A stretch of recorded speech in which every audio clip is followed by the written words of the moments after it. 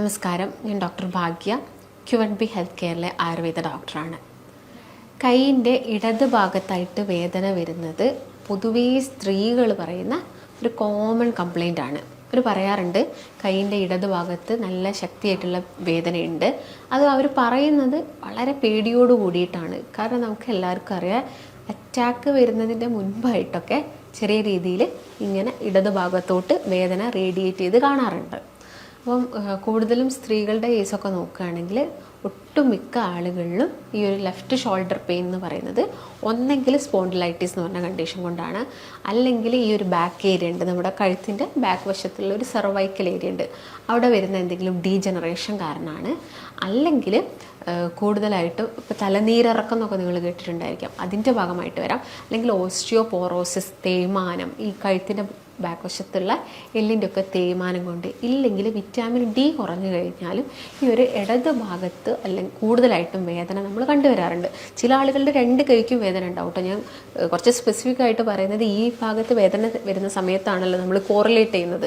ചിലപ്പം അത് ഹൃദയ സംബന്ധമായിട്ടുള്ള എന്തെങ്കിലും അസുഖങ്ങളായിട്ടാണോ എന്നൊക്കെ പൊതുവെ സ്ത്രീകളാണ് ഇത് പറയുന്നതും. അപ്പം ഒട്ടുമിക്ക കേസ് നോക്കുകയാണെങ്കിൽ ചിലപ്പോൾ രണ്ട് കൈകളിലോട്ട് വേദന ഉണ്ടായിരിക്കാം, കാലുകളിലോട്ട് വേദന ഇറങ്ങി വരാം, അതുപോലെ തന്നെ തരിപ്പ് അനുഭവപ്പെടാം, നല്ല രീതിയിലുള്ള കൈക്ക് വരുന്ന മരവിപ്പ്, തരിപ്പൊക്കെ അവർ പറയാറുണ്ട്. അതുപോലെ തന്നെ ഈ കൈകളുടെ വിരളൊക്കെ എടുത്ത് നോക്കുകയാണെങ്കിൽ ഈ ചെറിയ ചെറിയ ജോയിൻറ്റ്സിലൊക്കെ നല്ല പെയിനും കാര്യങ്ങളൊക്കെ പൊതുവേ പേഷ്യൻസ് പറയുന്ന കംപ്ലയിൻസ് ആണ്. അപ്പം ഇതിനെ നമ്മൾ ഫ്രോസൺ ഷോൾഡർ എന്ന് പറയുന്നു. അതുപോലെ തന്നെ ആയുർവേദത്തിലാണെങ്കിൽ നമ്മൾ അപബാഹുകം എന്നാണ് പറയുന്നത്. അപ്പം കറക്റ്റായിട്ടും ഈ കൈക്കുള്ളൊരു മൂവ്മെൻറ്റ്സ് അവിടെ കുറയാണ് ചെയ്യുന്നത്. ഇപ്പം കൈൻ്റെ മൂവ്മെൻറ്റ്സ് കുറയുന്നു, നിവർത്താനും മടക്കാനും ഒക്കെ ഉള്ളൊരു ബുദ്ധിമുട്ടുണ്ടാവുന്നു. അതുപോലെ തന്നെ സ്റ്റിഫ്നെസ്സാണ്, ഭയങ്കര സ്റ്റിഫായിട്ട് കൈ നിൽക്കുന്നു. നമ്മുടെ മൂവ്മെൻറ്റ്സ് ഒക്കെ എന്തായി അവിടെ കുറഞ്ഞു പോവുകയാണ്. നമുക്ക് കൂടുതലായിട്ട് മൂവ്മെൻറ്റ്സ് ചെയ്യാൻ പറ്റുന്നില്ല, നമുക്ക് വെയിറ്റ് എടുക്കാൻ പറ്റുന്നില്ല. പെട്ടെന്ന് തന്നെ നമ്മൾ ഈ വാതിലിൻ്റെ കുറ്റിയൊക്കെ താഴ്ത്തുന്ന സമയത്ത് നമുക്ക് പെട്ടെന്ന് ഇവിടുന്ന് ഞെട്ടൽ വരുന്നു. അങ്ങനെ ഒരുപാട് പ്രശ്നങ്ങൾ ആളുകൾ പറയാറുണ്ട്. ഞാൻ നേരത്തെ പറഞ്ഞ പോലെ പൊതുവേ ഇത് കണ്ടുവരുന്നത് കൂടുതലായിട്ടും സ്ത്രീകളിൽ തന്നെയാണ്. അപ്പം ഇങ്ങനെ വരുന്ന സമയത്ത് നോർമലി നിങ്ങളൊക്കെ ഡോക്ടറെ അടുത്ത് കാണിക്കുന്ന സമയത്ത് MRIയോ അല്ലെങ്കിൽ CT സ്കാനോ സ്കാനുകളൊക്കെ ചെയ്ത് നോക്കിയിട്ടുണ്ടായിരിക്കും. അപ്പോൾ അതിൽ കൂടുതലും കാണിക്കുക ഒന്നെങ്കിൽ തേയ്മാനായിട്ടാണ്, അല്ലെങ്കിൽ നീരിറക്കത്തിൻ്റെ പ്രശ്നമാണ്, അല്ലെങ്കിൽ ഈ ഒരു ഷോൾഡറിൻ്റെ ഭാഗത്ത് വരുന്ന പ്രശ്നങ്ങൾ കൊണ്ടാണ്. ചിലപ്പോൾ ഷോൾഡർ തെന്നി മാറുന്നതിൻ്റെ ഭാഗമായിട്ടോ, അല്ലെങ്കിൽ ചെറിയ എന്തെങ്കിലും നിങ്ങൾ ചിലപ്പം കൈ അടിച്ചു വീഴുക, അങ്ങനെ എന്തെങ്കിലും ഒരു സിറ്റുവേഷൻ നിങ്ങൾക്ക് മുൻപുണ്ടായിട്ടുണ്ടെങ്കിൽ ഈ ഒരു ഷോൾഡറിന് വരുന്ന കുറച്ചൊരു മൂവ്മെൻറ്റ്സിലൊക്കെ വരുന്ന ചേഞ്ചസ് കാരണം നിങ്ങൾക്ക് ഈ ഒരു പെയിനും കാര്യങ്ങളൊക്കെ വരാനുള്ള ചാൻസസ് കൂടുതലാണ്. അപ്പം ഇങ്ങനെ വരുന്ന സമയത്ത് നമ്മൾ ശ്രദ്ധിക്കേണ്ട കുറച്ച് കാര്യങ്ങളുണ്ട്. അപ്പോൾ എപ്പോഴും ഇങ്ങനെ കൈക്ക് വേദന വരുന്ന ആളുകളൊക്കെ ആണെങ്കിൽ ഒരു ഭക്ഷണത്തിൽ നിന്ന് ഒഴിവാക്കേണ്ട കുറച്ച് കാര്യങ്ങളുണ്ട്.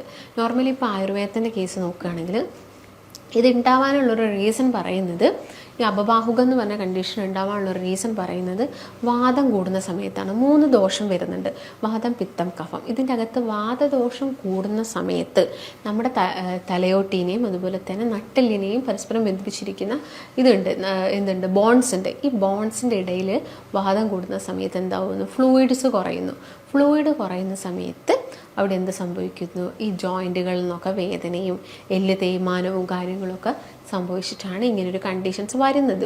അപ്പോൾ നോർമലി ഇപ്പം വാദം കൂടുതൽ എന്തുകൊണ്ടാണെന്ന് വെച്ചാൽ ക്ലൈമറ്റ് ചേഞ്ചിൽ വരാം. അതായത് പെട്ടെന്ന് തണുപ്പൊക്കെ വരുന്ന സമയത്ത് അല്ലെങ്കിൽ മഴക്കാലം വരുന്ന സമയത്ത് വാദം കൂടിയിട്ട് അവർക്ക് പെയിനും കാര്യങ്ങളൊക്കെ സ്റ്റാർട്ട് ചെയ്യും. അപ്പോൾ ഓൾറെഡി ഇങ്ങനെ ഒരു തവണ വേദനയും കാര്യങ്ങളും വന്ന ആളുകളാണെങ്കിൽ അവർക്ക് കൂടുന്നൊരു ടൈമാണ് തണുപ്പ് കാലം എന്ന് പറയുന്നത്. അപ്പം ആ ഒരു സമയത്ത് കോമൺ ആയിട്ട് അവർക്ക് വേദന വരാറുണ്ട്. നോർമലി നിങ്ങളിപ്പം ഡോക്ടറെ അടുത്ത് പോവുകയാണെങ്കിൽ അതിനുള്ള എന്തെങ്കിലും പെയിൻ കില്ലേഴ്സ് കഴിച്ചതുകൊണ്ടൊന്നും നമുക്ക് യാതൊരു ചേഞ്ചസും വരുന്നില്ല. അപ്പോൾ ആയുർവേദത്തിൻ്റെ കേസ് ആണെങ്കിൽ ഇപ്പോൾ ഓൾറെഡി തേയ്മാനം വന്നു കഴിഞ്ഞാൽ നമുക്ക് അതിനൊന്നും ചെയ്യാൻ പറ്റില്ല.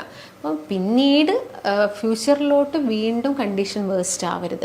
അതുപോലെ തന്നെ ഉള്ള വേദനയും കാര്യങ്ങളൊക്കെ നമ്മൾ കുറച്ചെടുക്കണം. അതാണ് മെയിനായിട്ടുള്ളൊരു ലക്ഷ്യം എന്ന് പറയുന്നത്. അപ്പം ആയുർവേദത്തിൻ്റെ കേസിൽ ഇങ്ങനെയുള്ള കണ്ടീഷൻസൊക്കെ വരുമ്പോൾ നോർമലി നമ്മൾ നസ്യം ചെയ്യാറുണ്ട്. നിങ്ങളെല്ലാവരും കേട്ടിട്ടുണ്ടായിരിക്കാം നസ്യത്തിനെ കുറിച്ചിട്ട്. അപ്പം നസ്യം നമുക്ക് എല്ലാ ദിവസവും നമുക്ക് നസ്യം ചെയ്യാം. കാരണം ഈ ഒരു ബോണിനും അതിൻ്റെ മുകളിലോട്ടുള്ള ഏരിയയിലും എന്തൊരു അസുഖം വരികയാണെങ്കിലും നമുക്ക് ബെസ്റ്റ് ആയിട്ടുള്ള ട്രീറ്റ്മെൻറ്റ് ഓപ്ഷൻ എന്ന് പറയുന്നതാണ് എന്ത്, നസ്യം എന്ന് പറയുന്നത്. അപ്പം നസ്യം നമുക്ക് എല്ലാ ദിവസവും വീട്ടുകളിൽ പ്രാക്ടീസ് ചെയ്യാവുന്നതാണ്. ഇനീഷ്യൽ ഒരു ഫസ്റ്റ് വീക്കിലൊക്കെ നമുക്ക് കുറച്ചൊരു അസ്വസ്ഥതയും ബുദ്ധിമുട്ടൊക്കെ അനുഭവപ്പെടാം. പക്ഷേ നമ്മളത് കണ്ടിന്യൂസ് ആയിട്ട് ചെയ്യുകയാണെങ്കിൽ നമുക്ക് നല്ല രീതിയിലുള്ള ചേഞ്ചസ് വരും. അത് ഈവൻ ഇപ്പം അലർജിക് ആയിരിക്കുന്ന ആളുകൾ, അല്ലെങ്കിൽ പോളിപ്സ് ഉള്ള ആളുകൾ, ഇടയ്ക്കിടയ്ക്ക് തുമ്മൽ ചീറ്റലൊക്കെ വരുന്ന ആളുകൾക്ക് ബെസ്റ്റ് ആയിട്ടുള്ളൊരു ട്രീറ്റ്മെൻറ്റാണ് നസ്യം. അതുപോലെ തന്നെ ഈ ഷോൾഡർ ജോയിൻറ്റിന് വരുന്ന പെയിന് കാര്യങ്ങൾക്കെല്ലാം തന്നെ ബെസ്റ്റ് ആയിട്ടുള്ള ട്രീറ്റ്മെൻറ്റ് മെത്തേഡാണ് നസ്യം എന്ന് പറയുന്നത്. അതുപോലെ തന്നെ ഇപ്പം ആയുർവേദത്തിൻ്റെ കേസ് നോക്കുകയാണെങ്കിൽ നമുക്ക് കഷായങ്ങളൊക്കെ ഒരുപാട് അവൈലബിൾ ആണ്. ഇപ്പോൾ നമ്മുടെ കണ്ടീഷൻ അനുസരിച്ചിട്ട് നമ്മൾ കഷായം കൊടുക്കുന്നു. അതുപോലെ തന്നെ നസ്യാണെങ്കിലും ഓരോ കണ്ടീഷൻ അനുസരിച്ചിട്ട് നസ്യത്തിന് കൊടുക്കുന്ന തൈലങ്ങളിൽ നമ്മൾ വ്യത്യാസം വരുത്തുന്നു. അപ്പം ഈ ഒരു രീതിയിലാണ് ട്രീറ്റ്മെൻറ്റ്സ് കൂടുതലായിട്ടും ചെയ്യുന്നത്. അതുപോലെ തന്നെ ഇങ്ങനെയുള്ള ആളുകൾ നോർമലി അവരുടെ ഫുഡിൽ നിന്ന് ഒഴിവാക്കേണ്ട കുറച്ച് കാര്യങ്ങൾ, കൂടുതൽ തണുത്ത ഭക്ഷണങ്ങൾ കഴിക്കാതിരിക്കുക, ഈ കൂൾ ഡ്രിങ്ക്സുകൾ അല്ലെങ്കിൽ കൂടുതൽ സമയം ഫ്രിഡ്ജിൽ വെച്ച് കഴിക്കുന്ന ആഹാരങ്ങൾ, അതൊക്കെ നിങ്ങൾ മാക്സിമം നിങ്ങളുടെ ഡയറ്റിൽ നിന്ന് ഒഴിവാക്കുക. അതുപോലെ തന്നെ നേരം വൈകി കുളിക്കുന്ന ആളുകളൊക്കെ ആണെങ്കിൽ പരമാവധി നേരത്തെ കുളിക്കാൻ വേണ്ടിയിട്ട് നോക്കുക. കാരണം നീരിറക്കവും ഇതിനൊരു കാരണമാകുന്നുണ്ട്. നമുക്ക് ലേറ്റായിട്ട് കുളിക്കുന്ന സമയത്ത് അല്ലെങ്കിൽ കുളിച്ച പാടെ വെയിൽ കൊള്ളുന്നതൊക്കെ നീരിറക്കത്തിന് കാരണമായിട്ട് നിങ്ങൾക്ക് ഈ ഒരു ഷോൾഡർ പെയിന് കാലാകാലം നിൽക്കാം. അതുപോലെ തന്നെ നമുക്ക് പറയാൻ പറ്റുന്ന ഒരു ടീംസ് എന്ന് വെച്ചാൽ പ്രമേഹ രോഗികളാണ്. പ്രമേഹ രോഗികളും കൂടിയാണെങ്കിൽ ഇങ്ങനെയുള്ള വേദന കൂടാനുള്ള ചാൻസസ് ഉണ്ട്.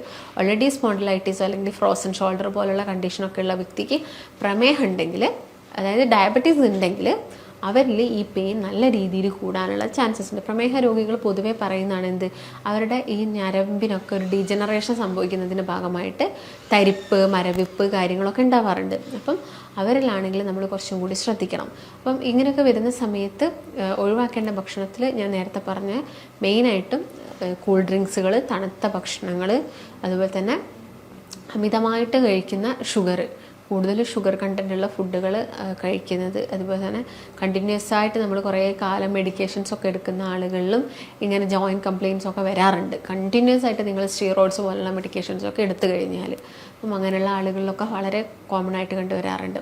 അപ്പം ഇങ്ങനെ കൈവേദന അനുഭവപ്പെടുന്ന ആളുകൾക്ക് നമുക്ക് ചെയ്യാൻ പറ്റുന്ന ഒരു കാര്യമാണ് നമ്മൾ എക്സസൈസ് ചെയ്യുക എന്ന് പറയുന്നത്. അതായത് നമ്മുടെ ചെറു വിരൽ മുതൽ നമ്മുടെ ഈ ഒരു ജോയിൻറ്റിന് നമ്മൾ എക്സസൈസ് ചെയ്യണം.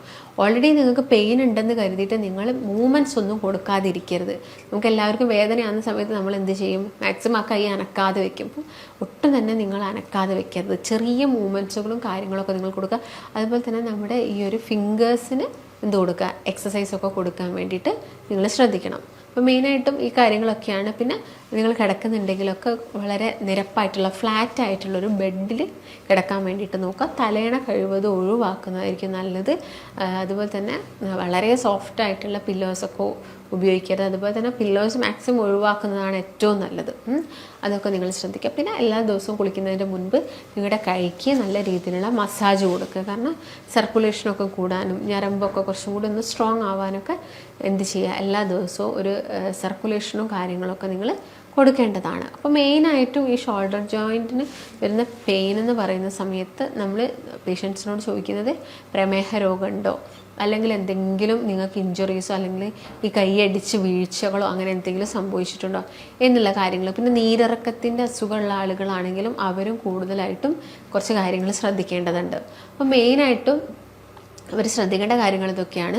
പിന്നെ ഞാൻ നേരത്തെ പറഞ്ഞപ്പോൾ തന്നെ ഭക്ഷണത്തിൽ വളരെ ഹെൽത്തി ആയിട്ടുള്ള ഫുഡുകൾ മാത്രം ഇൻക്ലൂഡ് ചെയ്യുക. വിറ്റാമിൻ ഡി കുറഞ്ഞു കഴിഞ്ഞാൽ നമുക്ക് ഇങ്ങനെയുള്ള പെയിനുകളൊക്കെ വരാം, കൈക്കും ഷോൾഡറിനൊക്കെ പെയിൻ വരാം. അപ്പോൾ വിറ്റാമിൻ ഡി റിച്ച് ആയിട്ടുള്ള ഭക്ഷണങ്ങൾ കഴിക്കുക. ഇപ്പോൾ മുട്ട ആയിക്കോട്ടെ, അല്ലെങ്കിൽ ചെറു മത്സ്യങ്ങളായിക്കോട്ടെ, മഷ്റൂം, അതുപോലെ തന്നെ പീനട്ട് അഥവാ കടല, ഇതൊക്കെ നിങ്ങൾ ഭക്ഷണത്തിൽ മാക്സിമം ഇൻക്ലൂഡ് ചെയ്യാൻ വേണ്ടിയിട്ട് ശ്രദ്ധിക്കുക. ഒരു പ്രായമാകുന്ന സമയത്ത് നമുക്ക് വേദനകളും കാര്യങ്ങളൊക്കെ കൂടുതലായിട്ടും കണ്ടുവരും. അപ്പം എന്ത് ചെയ്യുക, ആദ്യം മുതലേ നിങ്ങൾ ഭക്ഷണം വളരെ ഹെൽത്തി ആയിട്ട് കഴിക്കാൻ നോക്കുക. ഷുഗറിൻ്റെ അളവ് കുറയ്ക്കുക. പഞ്ചസാര കൂടുതൽ കഴിക്കുന്ന സമയത്ത് ശരീരത്തിൽ നീർക്കെട്ടുകൾ കൂടാനാണ് ചാൻസസ്. അതുകൊണ്ട് ഇങ്ങനെയുള്ള ആളുകൾ 3-4 ചായയൊക്കെ കുടിക്കുന്നുണ്ടെങ്കിൽ ആ ശീലങ്ങളൊക്കെ കഴിവതും ഒഴിവാക്കാൻ വേണ്ടിയിട്ട് നോക്കുക. അതുപോലെ തന്നെ അന്നജാണെങ്കിൽ അളവ് കുറച്ചിട്ട് കഴിക്കാൻ വേണ്ടിയിട്ട് നോക്കുക. വെയിറ്റ് കൂടാതെ മാക്സിമം നോക്കണം. വെയിറ്റ് കൂടുന്ന സമയത്ത് ജോയിൻറ്റ് കംപ്ലയിൻസും ബുദ്ധിമുട്ടുകളൊക്കെ നല്ല രീതിയിൽ കൂടും.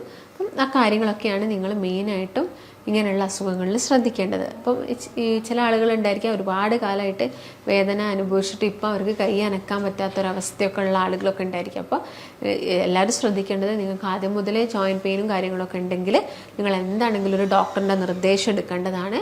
അത് കൂടിക്കഴിഞ്ഞാൽ ചിലപ്പോൾ നമുക്ക് മാറ്റിയെടുക്കാൻ തന്നെ ബുദ്ധിമുട്ടായേക്കാം. അപ്പം നിങ്ങൾ ഇങ്ങനെ വേദനയും കാര്യങ്ങളൊക്കെ ഉള്ള ആളുകളൊക്കെയാണ്. അപ്പോൾ നിങ്ങൾക്ക് ഇതിനെക്കുറിച്ച് കൂടുതൽ അറിയാനോ അല്ലെങ്കിൽ കൺസൾട്ടേഷൻ എടുക്കാനൊക്കെ താല്പര്യം ഉണ്ടെങ്കിൽ താഴെ കാണുന്ന നമ്പറിൽ കോൺടാക്റ്റ് ചെയ്യാവുന്നതാണ്. നമുക്ക് മറ്റൊരു നല്ല ഹെൽത്ത് ടോപ്പിക്കുമായിട്ട് വീണ്ടും കാണാം. നന്ദി.